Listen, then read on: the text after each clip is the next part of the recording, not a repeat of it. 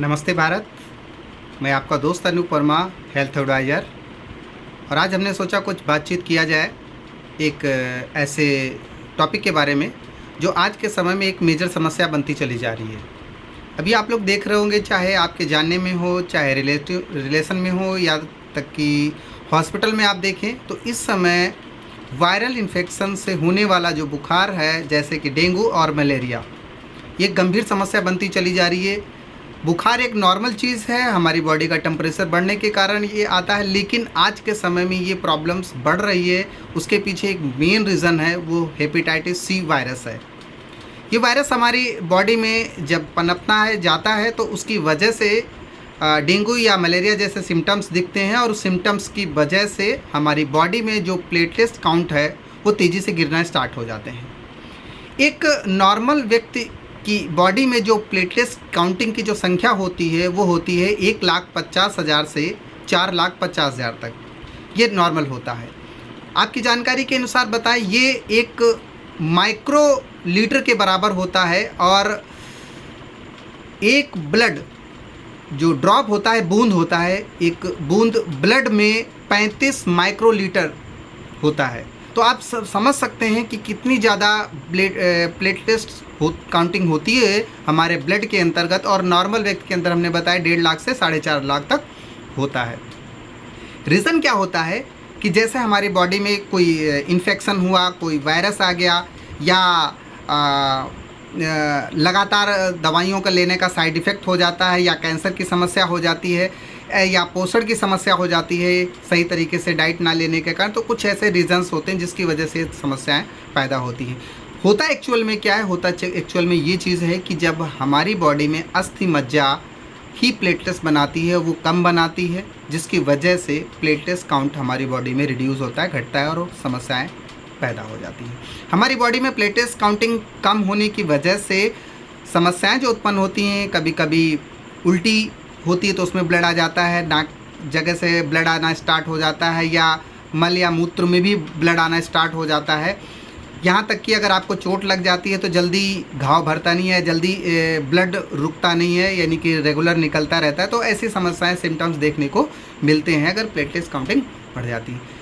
तो जो अस्थि मज्जा में प्लेटलेट्स हैं, ये प्लेटलेट्स का जो मेन कारण है, सामान्य व्यक्ति में 1.5 लाख से 4.5 लाख है। अगर इतना रहता है तो हमारी बॉडी नॉर्मल कर रहती है। अगर प्लेटलेट्स घट जाती है तो ब्लड पतला हो जाता है, और जिसकी वजह से वो थक के नहीं जमा पाता, तो रेगुलर बहता रहता है। और आपने सुना भी होगा कि ब्लड बहुत जल्दी जम जा रहा है तो प्लेटलेट्स काउंटिंग की संख्या बढ़ जाती है। इसके पीछे जो मेन रीज़न है, मेन कारण है, वो निकल के क्या है कि आज के समय में जो ट्रीटमेंट हो रहा है, वो ट्रीटमेंट सिर्फ इस बात पर हो रहा है कि किसी तरीके से प्लेटलेट्स काउंटिंग को बढ़ाया जाए, जिसकी वजह से आज के समय में हम देखें तो सबसे मेन नेचुरल उपाय है। और ये उपाय क्या है कि आज के समय में हम संपूर्ण अच्छी डाइट लें, सबसे मेन नियमित व्यायाम करें, और कुछ ऐसे सप्लीमेंट, कुछ ऐसे औषधियों का सेवन हम रेगुलर करें, जिसकी वजह से ये समस्याएं आपको नहीं आएंगी, आपको वायरल इन्फेक्शन जैसी समस्याएं नहीं होंगी।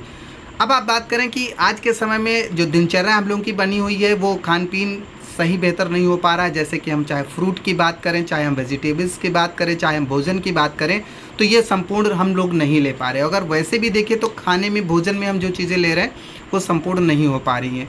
और जो भी फ्रूट हैं, जो भी वेजिटेबल्स हैं, या जो भी अनाज हैं, उसमें इतना ज़्यादा पेस्टिसाइड, केमिकल इस्तेमाल किया जा रहा है, जिसकी वजह से ये संक्रमण हमारी बॉडी में इन्फेक्शन बढ़ता चला जा रहा है। और ये इन्फेक्शन कब कम होगा? या तो हम अपनी डेली रूटीन को सही कर लें, हम टाइमली भोजन करें, व्यायाम करें, सही डाइट लें, सीजनली फ्रूट लें, सीजनली वेजिटेबल्स लें, और साथ साथ में हम कुछ ऐसे सप्लीमेंट का सेवन करें जिसकी वजह से हम स्वस्थ रह सकते हैं। अभी हाल ही में देखने को मिला कि अभी बहुत सारे लोग इस वायरल इन्फेक्शन की वजह से उनकी डेथ हो गई, क्योंकि ये एक समस्या गंभीर बनती चली जा रही है। और कोविड के बाद देखा गया कि ऐसी समस्याएं, वायरल इन्फेक्शन जैसी समस्याएं बहुत तेज़ी से बढ़ रही हैं।